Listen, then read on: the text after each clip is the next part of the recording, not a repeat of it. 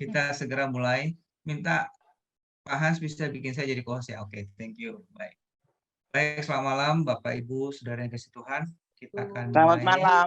kita. Ya. Mari kita mengambil waktu untuk berdoa. Bapa di surga, kami bersyukur malam hari ini kami boleh datang bersama-sama untuk berdoa, untuk bersekutu, dan membawa pergumulan hidup kami masing-masing ke dalam tangan Tuhan. Demikian juga pergumulan kami sebagai umat Tuhan, sebagai gereja di hadapan Tuhan. Terima kasih Bapak untuk malam hari ini, kiranya Tuhan memberkati waktu kami berdoa bersama.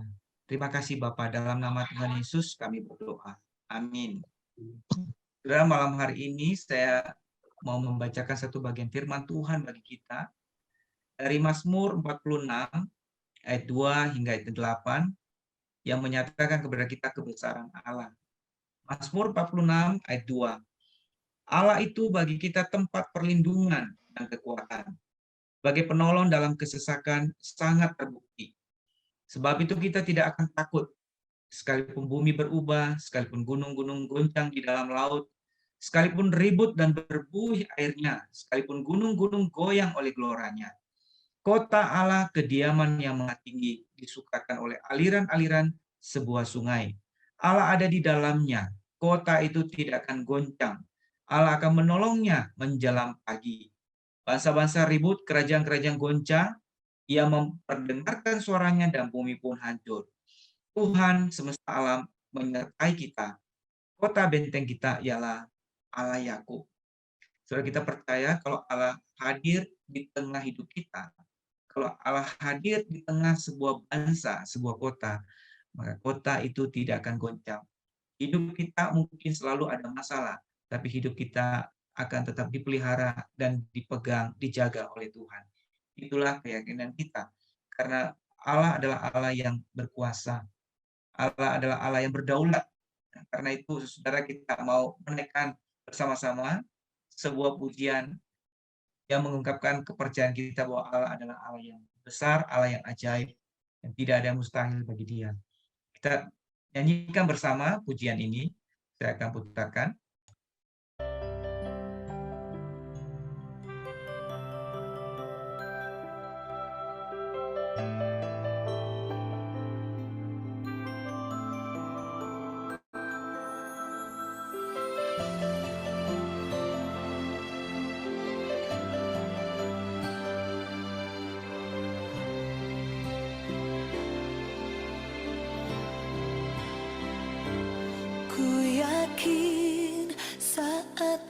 Berfirman, ku menang saat kau bertindak. Hidupku hanya ditentukan oleh perkataanmu. Ku aman karena kau menjaga. Ku kuat karena kau menopang.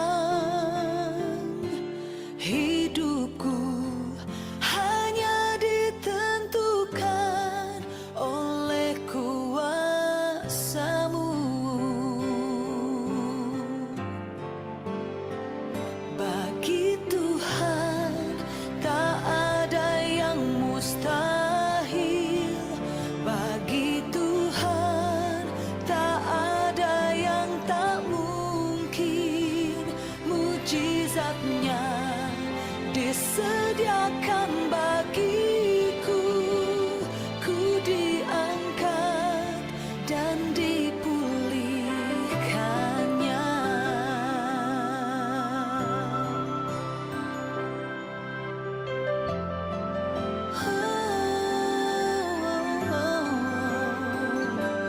Ku yakin saat kau berfirman, ku menang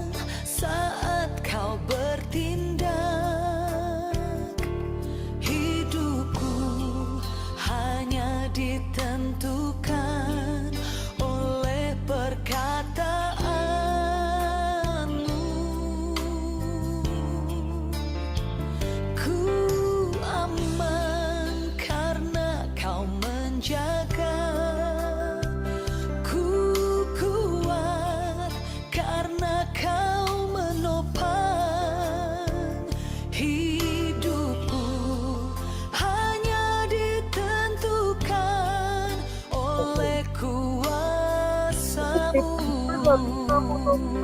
Oh, bagi Tuhan tak ada yang mustahil, bagi Tuhan tak ada yang tak mungkin. Mujizat-Nya disediakan bagiku, ku diangkat dan dipulihkannya.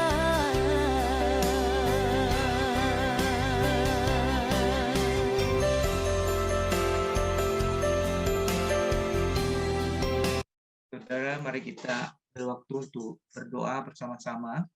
Baik, saudara, mari kita mengambil waktu bersama-sama di hadapan Tuhan. Kita mau bersyukur atas anugerah Tuhan. Kita juga mau sekali lagi menyerahkan hidup kita ke dalam tangan Tuhan yang berkuasa dalam segala hal. Ketika kita menghadapi apapun, kita mau percaya bahwa ketika Tuhan hadir di tengah hidup kita, ketika Tuhan kuasa dalam kehidupan kita, apapun soal yang kita hadapi, kita tahu bahwa Tuhan akan menopang kita dan memberikan kita kekuatan. Mari sama-sama kita bersyukur kepada Tuhan. Bapa di surga, kami bersyukur atas anugerah-Mu dalam kehidupan kami. Tuhan, terima kasih bahwa di tengah kehidupan yang ada begitu banyak tantangan dan kesulitan, tapi Tuhan, ketika Engkau hadir dalam kehidupan kami, kehadiran-Mu memberikan kami kekuatan, kehadiran-Mu menopang kami sehingga kami boleh tetap kuat dalam Tuhan karena anugerah Tuhan. Terima kasih Bapa untuk firman-Mu. Terima kasih Tuhan untuk janji-Mu yang terus boleh berlaku dalam kehidupan kami anak-anak. Terima kasih Bapa, kami mau menyerahkan hidup kami ke dalam tangan-Mu. Mohon Tuhan yang menyertai kami, meneguhkan iman kami untuk terus bersandar kepada Tuhan. Terima kasih Tuhan. Dalam nama Tuhan Yesus kami berdoa. Yang berikutnya, saudara, mari kita mau berdoa bagi kehidupan kita semua, juga semua jemaat. Kita berdoa untuk pergumulan hidup yang dihadapi berkaitan dengan pekerjaan, keluarga, kesehatan. Tapi terutama kita juga mau berdoa untuk pergumulan rohani, pertumbuhan iman dari setiap kita, dari setiap jemaat. Supaya di tengah segala persoalan yang kita hadapi ini, kita boleh terus melibatkan Tuhan, dan Tuhan terus makin nyata dalam kehidupan kita. Mari saudara kita berdoa. Bapa dalam surga, kami datang padamu, kami mau berdoa, menyerahkan diri kami masing-masing dalam tangan Tuhan, juga setiap anak-anak-Mu Tuhan yang tidak sempat bergabung pada malam hari ini, setiap jemaat Tuhan, dalam pergumulan hidup sehari-hari, baik dalam masalah keluarga, masalah pekerjaan, ataupun masalah kesehatan, kami serahkan dalam tangan Tuhan. Ya Tuhan, Engkau yang menolong dan menjawab segala pergumulan hidup anak-anak-Mu, dan kami terutama juga berdoa bagi pertumbuhan iman kami, bagi pergumulan rohani kami masing-masing. Supaya dalam segala persoalan kami justru semakin melihat Tuhan hadir dalam kehidupan kami. Kami boleh melihat Tuhan yang campur tangan dalam kehidupan kami dan menuntun kami menjadi lebih dekat dengan Tuhan dan lebih bersandar kepada Tuhan. Terima kasih Bapa, kami menyerahkan setiap anak-anak-Mu Tuhan di dalam jemaat Elon ini khususnya Tuhan. Kami berdoa biarlah Tuhan juga menjamah. Ada banyak orang-orang yang masih bergumul dalam usaha pekerjaan mereka. Sehari-hari Tuhan menyediakan dan mencukupkan. Kami juga berdoa mereka yang masih belum menyempatkan diri untuk beribadah bersama dalam gereja-Mu Tuhan. Mungkin ada halangan tertentu atau ada hal-hal tertentu yang membuat mereka kesulitan. Tuhan yang jauhkan halangan dan rintangan itu, sehingga kami semua boleh beribadah bersama di gereja-Mu Tuhan. Engkau berkati setiap anak-anak-Mu dengan kesehatan yang baik. Terima kasih Bapa, dalam nama Tuhan Yesus kami berdoa. Amin. Berikutnya, saudara, kita juga mau berdoa untuk persiapan pelayanan kita tahun depan. Tidak terasa ini sudah bulan 9. Mari kita berdoa bagi semua bidang pelayanan dalam gereja yang sedang mempersiapkan pelayanan ini, memikirkan dan merencanakan sehingga tahun depan bisa dikerjakan dengan baik. Doakan untuk para pengurus, para hamba Tuhan, untuk bersama-sama memikirkan setiap bidang pelayanan yang ada. Dan kemudian kita juga berdoa untuk Natal yang sudah mendekat. Dan Desember ini baik Natal bersama seluruh Elion maupun juga Natal Rayon, supaya melalui perayaan Natal ini kita kembali mensyukuri anugerah Tuhan yang sudah datang bagi kita untuk menebus kita. Mari kita berdoa. Bapa, kami juga mau berdoa Tuhan bagi persiapan kami untuk pelayanan tahun yang akan datang. Kami sekali lagi bersyukur sepanjang tahun ini Tuhan sudah menyertai pelayanan kami, dan kami mau berdoa untuk ke depan Tuhan. Berikan pengertian, berikan hikmat, berikan visi yang lebih jelas apa yang harus kami kerjakan dan bahkan apa yang tidak perlu kami kerjakan lagi. Berikanlah hikmat untuk membedakan, berikanlah karunia-Mu untuk kami juga boleh melakukannya, berikan kesanggupan untuk boleh mempersiapkannya dengan baik. Terima kasih Bapak, kami berdoa juga untuk persiapan Natal yang sudah mendekat. Tuhan memberkati baik panitia Natal, gabungan, maupun juga panitia Natal Rayon Pergaulan. Bapak, Engkau memberi kesehatan yang baik, hikmat dan kerjasama, sehingga perayaan Natal bisa dipersiapkan dengan baik, dan terutama hati kami sebagai anak Tuhan, sebagai umat-Mu boleh dipersiapkan untuk menyambut dan mensyukuri kembali akan kehadiran Tuhan dalam dunia ini, dalam hidup kami, untuk menyelamatkan kami. Terima kasih Bapak, biar sukacita dari Tuhan terus boleh hadir menyertai hidup kami. Dan dalam nama Tuhan Yesus kami berdoa. Saudara, mari kita juga berdoa untuk persiapan EBS. Rabu depan ada seminar untuk persiapan EBS yang membahas tentang LGBT dengan pembicara pendeta kita Yakub Tri. Kita doakan supaya Tuhan memakai hambanya menjelaskan topik ini dengan baik, dan jemaat boleh mengikuti ya secara onsite di gereja. Dan doakan juga untuk selama bulan Oktober, selama 4 kali hari Rabu ada kelas EBS ya yang membahas tentang 10 hukum Allah, khususnya 4 hukum yang pertama. Kita doakan untuk pembicara yang mengajarkan kelas EBS kali ini, yang menginjil Hengki dan penginjil Hans Kosal, supaya mereka juga diberi kesehatan dan hikmat dari Tuhan untuk melayani dengan baik. Mari kita berdoa. Bapa di surga, kami datang padamu, kami berdoa juga untuk persiapan EBS ini, untuk seminar Rabu depan. Tuhan berkati hamba-Mu Pendeta Yakub Tri untuk mengajarkan kepada kami semua pemahaman yang benar tentang kondisi yang ada di masyarakat, yaitu isu LGBT yang sedang meluas. Tuhan tolong kami boleh belajar dengan baik, tolong hamba-Mu yang boleh menyampaikan firman-Mu. Juga kami berdoa untuk kelas EBS kali ini, Tuhan memberkati untuk penginjil Hengki dan penginjil Hans yang akan mengajar, dan setiap kami akan mengikuti kelas ini. Tuhan berkati sehingga bahan yang sudah dipersiapkan oleh penginjil John Fo, Tuhan juga boleh pakai untuk pengajaran kali ini, boleh memberi pengertian kepada kami tentang 10 hukum Tuhan. Terima kasih Bapa, kami berdoa dalam nama Tuhan Yesus. Amin. Yang terakhir kita mau berdoa bagi yang sakit ya, beberapa jemaat yang sakit. Kita doakan untuk Ibu Fusin, yaitu mama dari Ibu Mingin ya, mama mertua dari Konsui, yang rencana Jumat ini akan operasi lutut, supaya boleh berjalan dengan lancar. Kita doa juga untuk Ibu Feven ya, istri Pak Hengki, yang juga dalam proses perawatan di rumah, supaya Tuhan memberi kesehatan, pemulihan sepenuhnya setelah melalui pengobatan yang lalu selama beberapa bulan, supaya Tuhan memberikan kesembuhan yang sepenuhnya. Kita doakan juga untuk Ibu Docu, mama dari Lausul Susan, yang kondisi kesehatannya drop ya karena usia mungkin usia lanjut, supaya Tuhan juga memulihkan yang saat ini masih di rumah sakit. Kemudian kita doakan juga untuk Ibu Coming yang rencana minggu depan atau Kamis depan akan operasi katarak lagi ya. Dan Tuhan juga menolong sehingga operasi katarak ini juga boleh berjalan baik dan mata yang dipulih sepenuhnya. Mari saudara kita berdoa. Mungkin juga ada saudara yang sakit yang kita tidak sempat sebutkan namanya satu persatu. Mari kita doakan mereka. Kita berdoa. Bapa di surga, kami datang padamu, kami berdoa bagi setiap saudara kami yang sedang sakit, sedang lemah tubuh. Kami mohon anugerah-Mu, kami berdoa untuk Ibu Husin yang Jumat besok akan operasi lutut. Tuhan kiranya memberkati sehingga seluruh proses boleh berjalan dengan baik, dengan lancar, dan kondisi kaki ataupun lutut dari AI boleh segera dipulihkan. Terima kasih Bapak, kami berdoa juga untuk saudara kami Ibu Feven, Ci Feven, Tuhan juga menolong dalam proses perawatan di rumah, pemulihan. Tuhan menjamah dengan kuasa dan anugerah-Mu sehingga Ci Feven boleh cepat pulih sepenuhnya dan boleh kembali melayani bersama. Terima kasih Tuhan, kami berdoa juga untuk Mama Rose Susan, yaitu Ibu Biocu, yang lanjut usia dan kondisi kurang sehat sekarang ada di rumah sakit. Tuhan menjamah sehingga dia juga boleh cepat sehat kembali dan imannya terus diteguhkan. Terima kasih Tuhan, kami berdoa juga untuk Ibu Jaming yang berencana Kamis depan dan operasi katarak. Mohon Tuhan juga menolong, memberkati sehingga prosesnya boleh berjalan dengan baik, lancar, dan pemulihan yang dari Tuhan juga boleh dialami oleh Ibu Jaming.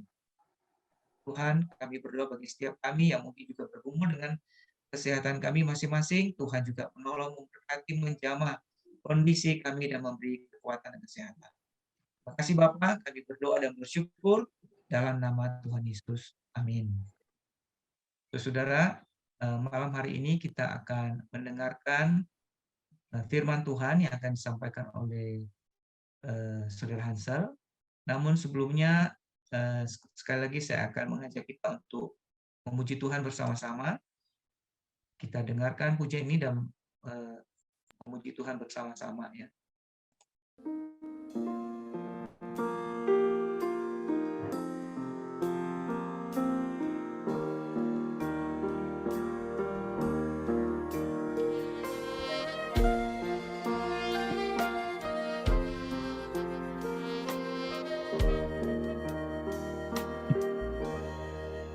Hanya Kristus harapanku, Dia terang dan kuatku, batu penjuru yang teguh di kala badai menderu.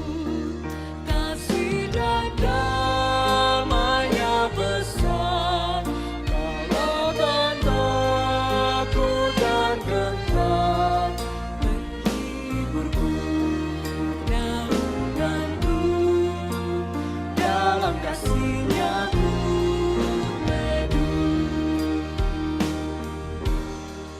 Hanya Kristus yang bersedia turun menjadi manusia, datang selamatkan umatnya, walau dihina dicerca, sampai Dia mati di salib, menanggung murka ilahi, semua dosaku ditebus, karena mati-Nya ku hidup.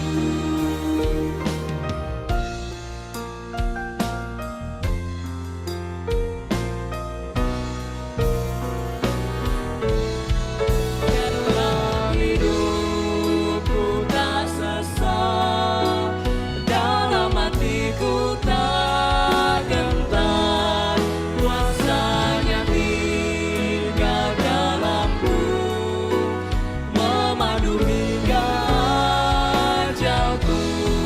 Tiada yang dapat pisahkan ku dari tangan kasih-Nya, hingga Dia manggilku pulang, dalam kuasa-Nya ku teguh.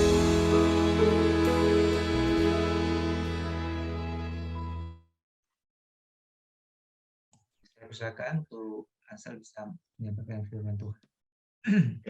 Mari kita satu di dalam doa. Ya Tuhan, seperti lagu yang baru kami nyanyikan, kami tahu bahwa tiada yang dapat memisahkan kami dari kasih Allah. Ya Tuhan, kami bersyukur untuk anugerah-Mu ya Tuhan, sehingga kami boleh hidup dan tinggal bergerak di dalam-Mu ya Tuhan. Saat ini ya Tuhan, di dalam anugerah-Mu kami mau berdoa dan kami mau mendengarkan firman-Mu ya Tuhan. Tuhan yang berikan hati dan telinga yang siap mendengar ya Tuhan. Tuhan yang tolong juga hamba-Mu ini, Engkau yang kiranya tuntun dan berikan hamba-Mu ini hikmat dalam menyampaikan suara-Mu ya Tuhan. Terima kasih ya Tuhan, dalam nama Tuhan kami berdoa. Amin. Oke, shalom, selamat malam Bapak Ibu kalian. Kita bersyukur malam hari ini kita boleh kembali berkumpul, kita bersekutu, kita berdoa, dan hari ini kita mau bersama-sama merenungkan firman. Saudara, saya mau mengajak setiap kita untuk membaca Alkitab kita dari Yohanes 4, ayat 21 sampai yang ke-24. Yohanes 4, ayat 21 sampai 24. Saya akan membacakannya untuk saudara sekalian. Kata Yesus kepadanya, percayalah kepadaku, hai perempuan, saatnya akan tiba bahwa kamu akan menyembah Bapa bukan di gunung ini dan bukan juga di Yerusalem. Kamu menyembah apa yang tidak kamu kenal, kami menyembah apa yang kami kenal. Sebab keselamatan datang dari bangsa Yahudi. Tetapi saatnya akan datang dan sudah tiba sekarang bahwa penyembah-penyembah benar akan menyembah Bapa dalam roh dan kebenaran. Sebab Bapa menghendaki penyembah-penyembah demikian. Allah itu roh dan barang siapa menyembah dia harus menyembahnya dalam roh dan kebenaran. Demikian rupa pembacaan kita. Saudara, waktu saya masih di kampus, beberapa tahun yang lalu, atau setidaknya tahun lalu, salah satu aktivitas yang saya paling tidak suka itu adalah kerja bakti di jam subuh di pagi hari. Saya suka bangun pagi, saudara. Saya juga suka bersih-bersih, tapi kalau dua-duanya digabung, saya nggak suka, saudara. Jadi saudara bayangin, saya tinggal di daerah yang waktu itu dingin, yang kalau bangun itu rasanya enak buat menikmati udara ya. Udaranya sejuk, pemandangannya enak gitu ya. Saya bisa dengerin suara burung-burung yang berkicau dengan indah. Tapi di jam yang sama, saya harus langsung pergi, entah itu ke toilet atau ke tempat-tempat yang lain untuk kerja bakti. Saya harus bersihin WC, saya harus, yang waktu itu masih capek, setelah bangun kan capek ya, tapi harus siap cuci keset, yang jumlahnya mungkin bisa sampai 18 gitu, cuci tempat sampah, dan begitu setiap hari. Itu masih kerja bakti yang di dalam asrama, belum yang di luar. Sebenarnya saya bisa kerja di ruang makan atau ruang kelas, biasanya orangnya lebih sedikit, tapi kerjaannya lebih banyak, dan kami nggak bisa pulang lebih cepat. Karena setiap kami pergi keluar asrama, itu biasanya sebagai satu tim. Jadi kalau mau pulang, itu harus tunggu semuanya selesai. Beda sama waktu saya bersih-bersih di asrama, kalau saya udah selesai, saya bisa langsung balik ke kamar. Nah, saudara, jadi buat saya, waktu di pagi hari itu selalu jadi hal yang melelahkan setiap harinya. Setiap kali mau tidur tuh enak ya, bayangin rasanya mau tidur. Tetapi di saat yang sama, saya juga bayangin besok paginya, jam 5, saya harus udah langsung bangun. Karena saya harus siap bersih-bersih, gitu. Dan selama hampir 2 semester, 1-2 tahun pertama, kerja bakti itu selalu jadi satu hal yang selalu paling melelahkan gitu ya. Saya bahkan nggak jarang kerja bakti itu ya cuma sekedar ala kadarnya, yang penting selesai, yang penting kelihatan bersih. Bahkan kadang kalau bercanda sama teman-teman gitu ya, ngomongin hal-hal yang nggak enak sebagai seorang mahasiswa seminari yang nggak enak, ya bercandanya selalu seputar bersih-bersih atau kerja bakti. Nah, saudara, hal ini terjadi sampai pada satu momen, nah ini memang konteksnya beda, tapi ada satu, waktu saya ngobrol, saya lupa sama siapa, sama salah satu teman, ada satu frasa yang saya rasa setiap kita juga sering mendengar, populer gitu ya, dan maksudnya saya yakin banyak dari kita familiar dengan frasa ini. Waktu kami ngobrol, tiba-tiba dia menyeletuk satu frasa, yang dia menyatakan bahwa setiap aktivitas yang manusia lakukan itu adalah ibadah. Nah, mungkin kata-kata ini lebih familiar untuk dikatakan oleh saudara-saudara kita dari agama-agama tetangga begitu. Mungkin kita lebih jarang mengucapkannya. Tapi ini bikin saya tergelitik, saudara, dan bikin saya jadi ingat sikap saya ketika saya melihat kerja bakti ini, gitu. Saya seringkali mengerjakan kerja bakti ini tanpa hati. Saya nggak memaknai dengan sungguh-sungguh tujuannya apa, esensinya apa, dan saya yakin sebenarnya kampus saya juga tidak menjadwalkan itu, cuma supaya nambah kerjaan mahasiswa gitu. Yang ini buat saya jadi berpikir, apakah benar setiap aktivitas yang kita lakukan adalah ibadah? Dan apakah konsep ibadah yang sejati itu adalah seperti ini gitu, bukan sekedar cuma ibadah yang kita lakukan setiap hari Minggu. Nah, saudara, di dalam bacaan yang tadi kita baca, Yesus mengatakan bahwa iya, ibadah itu bukanlah satu aktivitas yang cuma terbatas pada event tertentu, pada satu event di tempat atau ruang atau waktu tertentu, tapi satu postur penyembahan yang dilakukan di dalam roh dan kebenaran. Nah, saudara, Yesus mengatakan ini waktu dia bertemu dengan seorang perempuan Samaria di tepi sumur. Jadi ini menarik ya, saudara, karena pada saat itu kaum Yahudi, orang-orang Yahudi itu melihat orang Samaria itu sebagai musuh. Tapi justru perkataan ini lahir ketika Yesus, seorang Yahudi, berjumpa dengan seorang wanita Samaria. Nah, jadi perjumpaan ini dilatar belakangi ketika Yesus itu sedang berencana untuk pergi ke Galilea. Nah, perjalanan untuk ke Galilea, salah satu rutenya adalah melewati kota Sikar. Sikar itu adalah tempat di mana orang-orang Samaria biasanya tinggal. Nah, orang-orang Yahudi ini biasanya menghindari rute tersebut, meskipun rute itu adalah rute tercepat untuk pergi ke Galilea. Tetapi Yesus memilih untuk melewati rute tersebut, yang memang tampaknya dia sengaja, saudara. Nah, ketika dia sampai di Sikar, dia bertemu dengan seorang wanita ini di tepi sumur. Nah, kita tahu bahwa Yohanes itu sebenarnya suratnya mau menceritakan tentang bagaimana Tuhan Yesus adalah Tuhan. Maka di dalam obrolan ini, Yesus membuka percakapannya dengan mengatakan bahwa dia adalah air hidup, sumber mata air di mana seseorang itu dapat menemukan kepuasan yang sejati. Ketika dia menyatakan bahwa dia Tuhan, lalu air hidup, dia juga membuktikannya dengan menyebutkan jumlah suami dari sang wanita itu, yang ada beberapa. Nah, waktu si wanita ini tahu, wah Yesus ternyata bisa tahu jumlah suamiku yang banyak ini berapa. Nah, dia mulai sadar bahwa Yesus ini bukan orang biasa. Dia bisa tahu jumlah suami dari wanita ini, yang bisa jadi orang-orang yang ada tinggal di sekelilingnya mungkin nggak tahu. Gitu ya. Nah, waktu dia tahu bahwa Yesus ini adalah orang yang tidak biasa, maka dia mulai menanyakan satu pertanyaan yang pada saat itu jadi salah satu pertanyaan terpanas yang ada di antara orang Samaria dan orang Yahudi, yaitu di mana Allah seharusnya disembah. Nah, pada saat itu orang-orang Yahudi menganggap bahwa Yerusalem itu adalah tempat paling suci dan bait Allah itu harus berdiri di sana. Sedangkan orang Samaria merasa bahwa Gunung Gerizim itu adalah tempat terbaik untuk beribadah. Karena apa? Karena itu adalah tempat di mana Abraham mendirikan mezbah dan tempat di mana Allah memerintahkan bangsa Israel dan Yosua untuk pergi sebelum mereka masuk ke tanah Kanaan. Nah, saudara, pertentangan ini menciptakan satu perdebatan yang panas di antara orang Yahudi dan orang Samaria. Nah, jawabannya ada di dalam teks yang tadi kita baca. Yesus tidak menjawab soal di mana seharusnya orang menyembah. Tetapi yang terutama, Yesus menjawab soal bagaimana seseorang seharusnya menyembah. Nah, di sini Yesus juga memperkenalkan dirinya sebagai Mesias.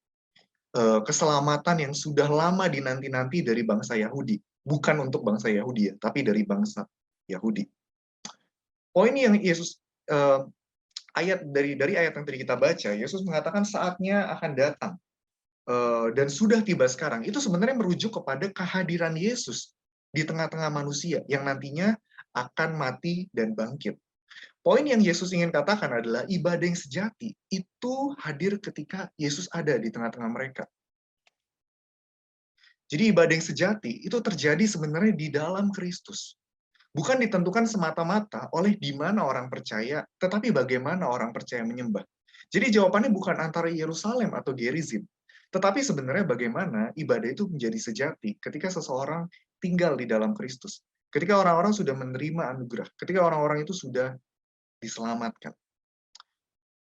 Karena Yesus sendiri adalah bait Allah itu. Nah, saudara, berbicara soal ibadah. Ibadah sendiri itu sebenarnya ada satu respons kekaguman, pemujaan, dan rasa syukur kepada Allah atas apa yang Allah sudah lakukan bagi umatnya. Jadi ibadah itu seperti ibadah itu ketika seseorang sudah mengalami hal-hal yang baik, ketika mereka sudah mengalami bagaimana Allah menyelamatkan mereka, maka ibadah itu adalah respons. Ibadah adalah jawabannya. Dan ibadah itu sendiri hanya bisa dilakukan ketika seseorang itu sudah menerima anugerah keselamatan Allah.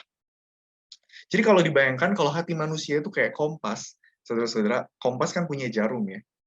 Kalau waktu manusia jatuh ke dalam dosa, kalau jarum itu harusnya mengarah ke utara, jarum itu nggak akan mengarah ke utara, dia akan mengarah ke barat. Waktu dia seharusnya mengarah ke timur, dia akan mengarah ke selatan. Tapi justru ketika manusia sudah diselamatkan, Jarum yang harusnya mengarah ke utara akan mengarah ke utara. Yang seharusnya mengarah ke timur akan selalu mengarah ke timur. Yang seharusnya mengarah ke barat akan mengarah ke barat. Sehingga ibadah ini hanya dapat terjadi ketika seseorang itu sudah tinggal di dalam Kristus. Nah, ini poin yang pertama. Lalu Yesus juga melengkapi poinnya dengan menyatakan bahwa Allah itu roh dan barang siapa menyembah dia harus menyembahnya di dalam roh dan kebenaran. Apa maksudnya menyembah dalam roh dan kebenaran? Maksudnya sederhana, saudara. Maksud dari menyembah di dalam roh kebenaran adalah menyembah di dalam kekuatan Roh Kudus dengan pengenalan yang benar akan siapa yang manusia itu sembah. Dan semua ini hanya dapat terjadi, balik lagi ke tadi, ketika seseorang itu sudah tinggal di dalam Kristus. Ketika seseorang itu sudah menerima Kristus di dalam hatinya. Nah, saudara, bahkan di dalam surat nabi-nabi atau surat apokaliptik seperti Wahyu misalnya, bahkan dikatakan bahwa ibadah, penyembahan itu tidak akan pada akhirnya ketika Yerusalem yang baru itu tiba, ketika kemuliaan Allah melingkupi bumi seperti air menutupi bumi, tidak akan ada lagi bait Allah. Semua orang akan menyembah. Semua orang akan datang menyembah Allah di dalam kehidupan mereka.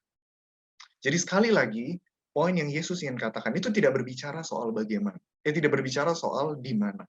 Tetapi bagaimana. Saudara, Rasul Paulus sendiri misalnya di dalam 1 Korintus 10 ayat 31 mengatakan bahwa setiap aktivitas yang kita lakukan itu seharusnya diarahkan untuk menyembah Allah. Atau di dalam surat Roma, Paulus juga mengatakan bahwa penyembahan itu terjadi ketika seseorang memberikan seluruh hidupnya bagi kemuliaan Allah. Sehingga implikasinya adalah setiap hal yang kita lakukan, setiap aktivitas yang kita lakukan itu adalah ibadah kita. Kalau seandainya di ibadah kita diwarnai dengan narasi Injil, saudara kalau sadar atau tidak, di dalam ibadah itu sebenarnya alurnya itu digambarkan seperti sebuah narasi Injil. Bagaimana manusia diciptakan dan dipanggil untuk beribadah di awal, ada foto misalnya. Lalu doa pengakuan dosa, itu kan menggambarkan kejatuhan manusia ke dalam dosa. Kemudian ada berita anugerah, berita bahwa melalui karya penebusan Kristus kita disatukan kembali dengan Allah. Sampai pada akhirnya kita diutus kembali ke dunia untuk terus mengerjakan misi Allah sehingga visi di mana seluruh orang menyembah Allah itu dapat terjadi. Nah, saudara, narasi Injil kalau di ibadah kita dilatih untuk menghidupi narasi Injil ini, maka di luar ibadah seharusnya itu juga merupakan bentuk penyembahan kita. Ketika kita menghidupi Injil tersebut, ketika di dalam kehidupan kita nilai-nilai Injil itu kita lakukan. Kita hidup di dalam kasih, kita hidup di dalam kemurahan hati, kita hidup di dalam keadilan. Saudara, di dalam setiap kehidupan kita, Allah dapat dimuliakan ketika kita sungguh-sungguh menghidupi Injilnya. Dan salah satu indikator dari kehidupan yang memuliakan Allah itu lahir di dalam sukacita. Nah, saudara, sukacita dan rasa senang ini dua hal yang berbeda ya. Rasa senang itu berbicara soal emosi, sesuatu yang sifatnya dangkal. Tetapi sukacita ini berbicara soal kepuasan ketika kita sudah mengalami betapa baiknya Tuhan di dalam kehidupan kita. Di dalam sukacita inilah nilai-nilai Injil tersebut lahir. Dan Allah dimuliakan melalui apa yang kita kerjakan, sekecil apapun itu. Nah, saudara, di abad ke-17 ada seorang lay brother atau frater awam gitu bernama Brother Lawrence. Jadi Brother Lawrence ini adalah satu anggota dari biara di Paris pada saat itu. Nah, di abad 17 di Prancis pada saat itu ada konflik besar-besaran yang terjadi, yang sehingga di sana juga ada perang dan memang keadaannya sangat tidak kondusif waktu itu. Nah, si Lawrence ini sebelumnya adalah seorang tentara perang. Sampai pada suatu kali dia mengalami cedera dan akhirnya dia memutuskan untuk keluar dari tugasnya sebagai tentara. Nah, saudara, ketika dia keluar dari kehidupan yang menjadi tentara, dia sempat mencoba untuk masuk ke dalam, untuk menjadi asisten atau pembantu di rumah sahabatnya atau orang lain gitu. Lalu dia juga sempat ada masa di mana dia masuk ke dalam gereja, masuk ke dalam biara untuk menjadi seorang lay brother atau Saya lupa istilahnya apa, tapi satu orang yang memang ada di dalam biara pada saat itu, tapi nggak punya otoritas apapun di dalam liturgi ataupun tata gereja. Nah, saudara, apa yang Brother Lawrence kerjakan ini? Apa yang Brother Lawrence kerjakan ini sebenarnya adalah hal-hal yang tidak banyak dilihat orang. Dia memperbaiki sandalnya frater-frater lain, dia memasak, dia melakukan pekerjaan-pekerjaan yang sifatnya lebih ya seperti memperbaiki, reparasi begitu. Nah, saudara, tapi yang menarik, ada satu kali Brother Lawrence mengatakan seperti ini. Saya tidak perlu memiliki hal-hal besar untuk dilakukan. Saya memasak telur dadar kecil atau omelet di wajan sebagai wujud cinta saya kepada Allah. Saudara, Brother Lawrence mengerjakan hal-hal kecil setiap waktu di dalam kehidupannya di biara. Tapi saudara, Brother Lawrence tidak pernah merasa itu satu hal yang menjengkelkan yang seharusnya dia nggak kerjakan, saudara. Dia justru melihat pekerjaan sekecil apapun, bahkan memasak omelet sekalipun, sebagai sebuah wujud cinta kepada Allah. Nah, saudara, dia sadar apa yang dia lakukan. Ini beda sama saya yang di awal waktu saya ngomong soal kerja bakti. Saya lupa bahwa sebenarnya lewat pekerjaan saya, ada banyak orang yang bisa menikmati itu. Ada banyak orang yang boleh menikmati toilet yang bersih, asrama yang bersih. Tapi saya justru memilih untuk egois dan justru bersungut-sungut. Saya lebih banyak mengeluh ketika saya melakukan hal yang saya tidak suka. Nah, saudara, setiap hal kecil itu dapat menjadi perwujudan dari ibadah kita. Ibadah itu sungguh-sungguh menjadi sejati ketika diwujudkan dengan satu sukacita yang tulus. Ini berbeda dengan sukacita yang nggak tulus, saudara. Sukacita yang tulus itu ada ketika ketika kita sudah mengalami karya Allah yang begitu luar biasa dalam kehidupan kita, maka kita mau mengerjakan setiap hal di dalam kehidupan kita dengan sukacita, dengan visi kita mau memuliakan Allah. Tetapi ini beda sama sukacita yang nggak tulus, sama sukacita yang ketika kita melakukan sesuatu untuk mendapatkan hadiah atau reward tertentu. Contohnya waktu saya masih kecil, saudara, saya sering bantu mama saya. Saya sering banget bantu-bantu nyapu, saya belajar yang rajin gitu ya. Kenapa? Karena saya mau mama saya kasih saya reward. Saya pengen mama saya tuh kasih saya hadiah. Maka saya punya sukacita waktu saya melakukannya. Tapi ini sukacita yang nggak tulus. Ini beda sama mama saya yang dari saya kecil, dia merawat saya, dia memelihara saya, dia menyediakan apa yang saya butuhkan gitu ya. Tapi dengan sukacita, bukan karena dia mau dikasihi balik gitu. Dia melakukannya karena dia tahu saya adalah anaknya gitu. Dan dia bersyukur oleh kehadiran saya. Dan disitulah sukacita yang tulus. Nah, saudara, sukacita ini juga adalah satu sukacita yang nggak dipaksakan. Bukan satu hal yang diharuskan, tetapi satu keniscayaan. Saudara bayangkan, saudara baru pulang dari luar, gitu ya. Di luar itu hujan, gitu. Anginnya dingin, anginnya banyak, cuacanya dingin. Saudara kedinginan, saudara menggigil. Nah, ketika saudara sampai di rumah, waktu saudara buka pintu, saudara melihat di meja itu ada semangkok sup kesukaan saudara. Wah, kalau ada keadaan kayak gitu, saudara pasti senang sekali. Nah, waktu saudara makan satu suap demi satu suap, saudara mulai merasakan kuah yang hangat dan gurih, saudara mulai merasakan sayur dan daging yang begitu nikmat. Saudara pasti akan langsung otomatis bilang, wah ini enak, wah ini lezat.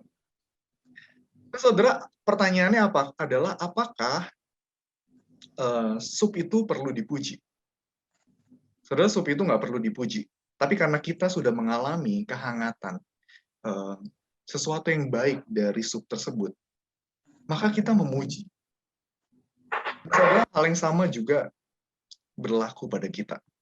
Ketika kita sudah mengalami kebaikan Allah, ketika kita sudah tinggal di dalam Allah, maka ibadah, maka penyembahan yang kita wujudkan di dalam kehidupan kita sehari-hari, itu adalah sebuah keniscayaan. Kalau kita berkaca pada sosok Kristus, bukankah Yesus mengatakan bahwa makanannya adalah melakukan kehendak Bapa? Saudara, kalau kita melihat di dalam kehidupan Kristus, kita bisa melihat bagaimana dia terus berjuang untuk melakukan kehendak Bapa. Meskipun dia dihina, meskipun dia dicaci, bahkan sampai akhirnya dia dibunuh, dia tetap memilih untuk melakukan kehendak Bapa. Saudara, Kristus adalah perwujudan atau contoh dari sosok penyembah yang sejati. Nah, saudara, di dalam kehidupan kita mungkin punya banyak hal yang buat kita tuh melelahkan gitu ya. Yang punya anak mungkin tahu rasanya gimana harus merawat anak setiap hari, apalagi yang baru punya anak ya. Beberapa teman saya tuh baru punya anak, teman-teman satu angkatan yang beberapa lebih tua dari saya. Ya saya mengalami betapa susahnya ternyata ngurus anak yang baru lahir itu. Saudara, hal-hal itu mungkin bisa jadi melelahkan. Di dalam kerja juga, mungkin kita bisa merasakan gimana, aduh setiap hari kita melakukan hal-hal yang diulang-ulang terus, yang begitu melelahkan. Atau kita melewati hari-hari kita yang terus diulang, repetisi, sebagai macam. Saudara, bagaimana caranya kita bisa memuliakan Allah lewat hal tersebut? Saudara, kita bisa menghidupi setiap aktivitas dalam kehidupan kita. Sekali lagi, dengan menghidupi nilai-nilai Injil yang tadi saya sudah katakan. Bagaimana di dalam pekerjaan kita mengerjakan segala sesuatu dengan rasa syukur, dengan sebuah kesadaran bahwa kita ada di satu pekerjaan, ada di satu bidang untuk sesuatu, untuk bagaimana kita memiliki kontribusi lewat kehadiran kita di dunia kerja, di tempat di mana kita berada, bagi kerajaan Allah. Saudara, ada banyak hal yang kita bisa lakukan. Bagaimana kita hidup di dalam kasih ketika kita bekerja, ketika kita hidup di dalam kejujuran, ketika kita hidup di dalam keadilan, bagaimana kita mengendalikan diri ketika kita mulai terikat dengan hal-hal yang mungkin membuat kita akhirnya menyembah hal-hal lain di luar Allah. Saudara, ada banyak hal yang kita bisa lakukan untuk memuliakan Allah. Dan ibadah itu tidak hanya terbatas hanya pada hari Minggu. Saudara, perlu hati-hati. Di sini saya nggak mau bilang bahwa kalau begitu kita harus ikut ibadah hari Minggu. Oh enggak gitu, saudara. Ibadah hari Minggu justru terus mengingatkan kita, terus melatih kita agar kita boleh hidup di dalam kehidupan kita seturut dengan kemauan Allah, dengan prinsip dan nilai-nilai Injil. Dan itu bisa kita dapatkan melalui ibadah di hari Minggu. Dan toh kita belum tiba di langit dan bumi yang baru, di mana semua orang itu menyembah Allah. Gitu ya. Sehingga ibadah di hari Minggu itu pun tetap penting. Nah, saudara, satu dosen saya pernah mengatakan bahwa liturgi itu selalu dimulai dari sejak kita bangun tidur. Liturgi itu terjadi, penyembahan itu terjadi setiap kali kita terbangun dari tidur kita. Bahkan tidur sekalipun. Satu penulis menarik pernah bilang bahwa di dalam tidur pun kita sebenarnya sedang memaknai bagaimana kita bergantung pada Allah. Bukankah ketika kita tidur kita nggak tahu apa yang akan terjadi? Tetapi ketika kita memilih untuk tidur, kita memilih untuk menyerahkan semuanya ke hadapan Allah. Saudara, ibadah adalah sebuah gaya hidup. Bukan soal di mana, tetapi terutama bagaimana. Saudara, mari kita bersama-sama menghidupi ibadah sebagai way of life, sebagai sebuah gaya hidup. Dan kiranya Roh Kudus menolong kita untuk menghidupi ibadah sebagai sebuah gaya hidup ini. Amin. Mari kita satu di dalam doa. Ya Tuhan, kami bersyukur untuk firman-Mu yang indah, dan kami bersyukur untuk anugerah-Mu ya Tuhan, ketika Engkau menangkap kami ya Tuhan, ketika kami boleh tinggal di dalam Kristus ya Tuhan. Ya Tuhan, selidikilah hati kami ya Tuhan. Jika hati kami memang sungguh-sungguh terpaut kepadamu, Engkau yang berikan kami kekuatan ya Tuhan. Berikan kami hati untuk terus memuliakan Allah di dalam setiap hidup kami. Bagaimana kami memperlakukan orang lain, bagaimana kami mengasihi orang lain, bagaimana di dalam pekerjaan kami ya Tuhan, kami boleh kami boleh melakukan pekerjaan kami dengan sepenuh hati, menjadi contoh bagi orang-orang di sekitar kami, menjadi perwujudan dari Kristus bagi orang-orang di sekitar kami. Tuhan yang tolong kami agar kami boleh terus sungguh-sungguh menghidupi ibadah di dalam kehidupan kami. Ya Tuhan, terima kasih kami mau menyerahkan ibadah doa kami selanjutnya ini, kehidupan kami juga ya Tuhan ke dalam tangan-Mu. Hanya di dalam nama Tuhan Yesus kami berdoa. Amin. Selanjutnya saudara kita masuk dalam doa kelompok selama 20 menit, kemudian nanti kita akan bergabung kembali ya. Silakan Pak Hans, bisa dibagi. Baik Pak Edi, saya Bapak Ibu kita langsung masuk ke breakout room saling mendoakan.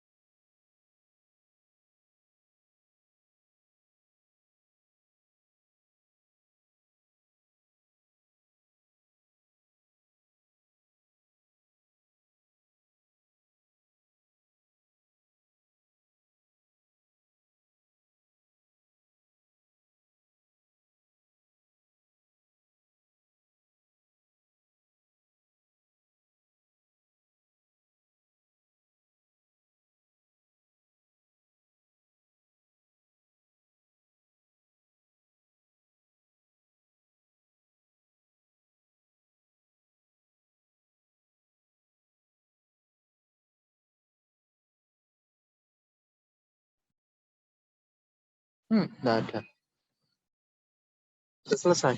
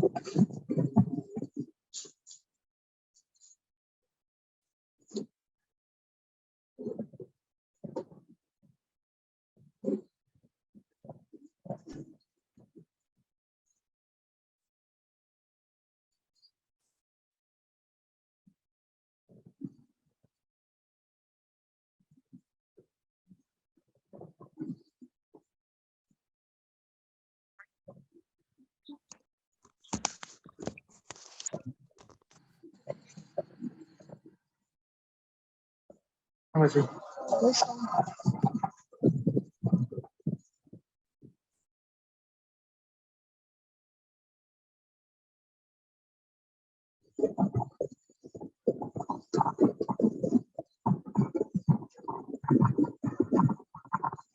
Tungguan aja.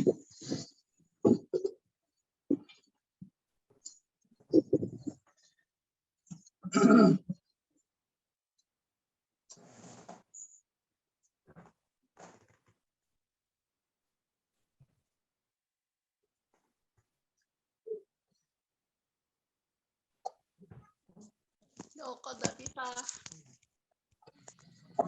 Ayo,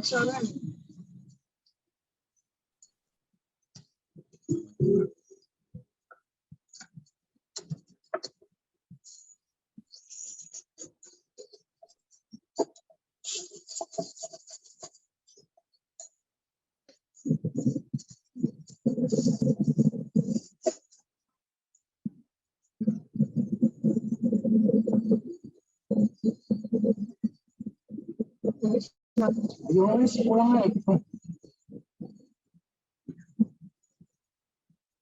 Ini ternyata sering problem.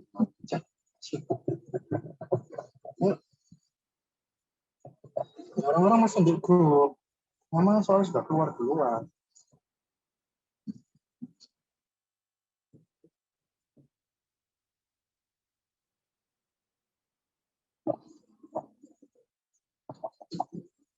Ini.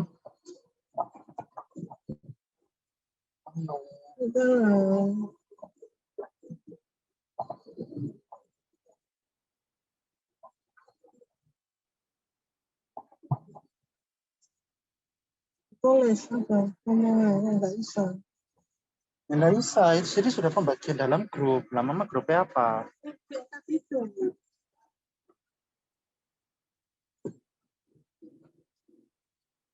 Yang tetap kalau begini.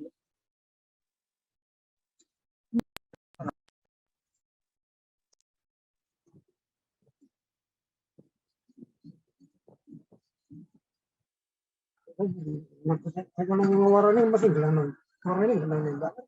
Pakai apa cara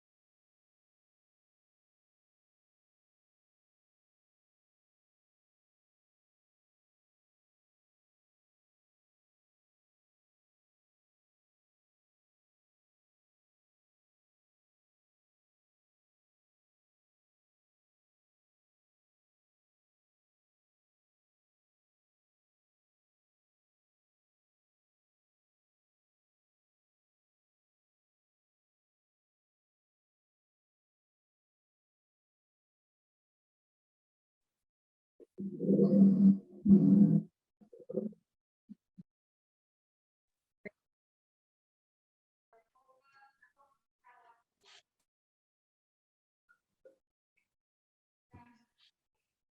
balik lagi.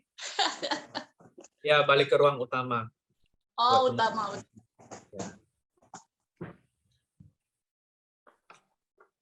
Semoga sukses ya, Tuhan Sun.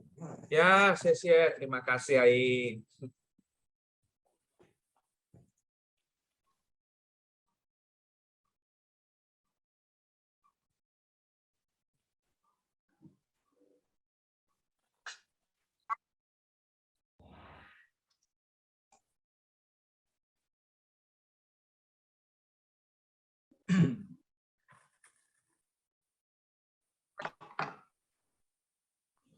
Apa semua sudah bergabung? Ini lagi ini Pak, kurang 10 detik lagi masuk Oh, semua oke. Pak. Ya, oke.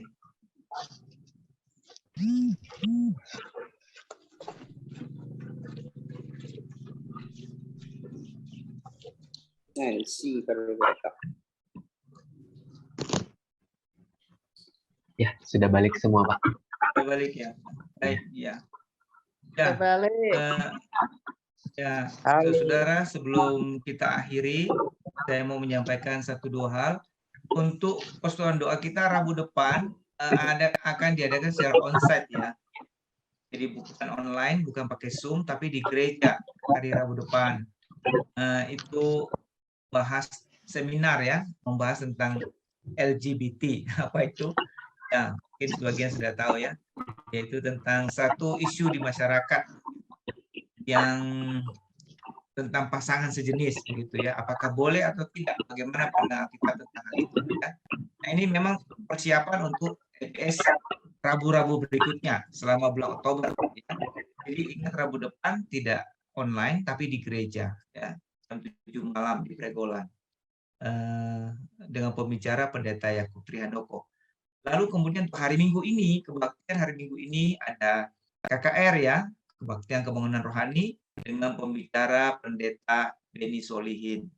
Jadi mari kita menghadiri kebaktian di gereja, di kebaktian 1 dan 2, dan juga kita boleh mengajak ya teman, keluarga, kerabat kita untuk hadir juga kebaktian bersama-sama. Ya, itu aja warta dari saya. Nah, kita akhiri pertemuan malam hari ini. Bisa minta penginjil Hengki, bisa pimpin dalam doa. Mari kita berdoa. Allah Bapa kami yang di surga, kami sungguh bersyukur Tuhan sudah menyertai, memimpin akan persekutuan doa kami pada malam hari ini. Kami sudah mendengarkan akan firman-Mu, biarlah Tuhan menolong setiap kami dapat menjadi orang yang sungguh-sungguh melakukan ibadah secara benar di dalam kehidupan kami. Kami juga berdoa untuk setiap kami yang akan istirahat, Tuhan pimpin, Tuhan menyertai akan malam istirahat kami pada malam hari ini dan juga segala aktivitas yang masih kami akan lakukan sepanjang hari malam ini. Kami berdoa menyerahkan setiap kami ke dalam tangan kasih Tuhan. Di dalam nama Tuhan Yesus kami berdoa. Amin. Selamat malam.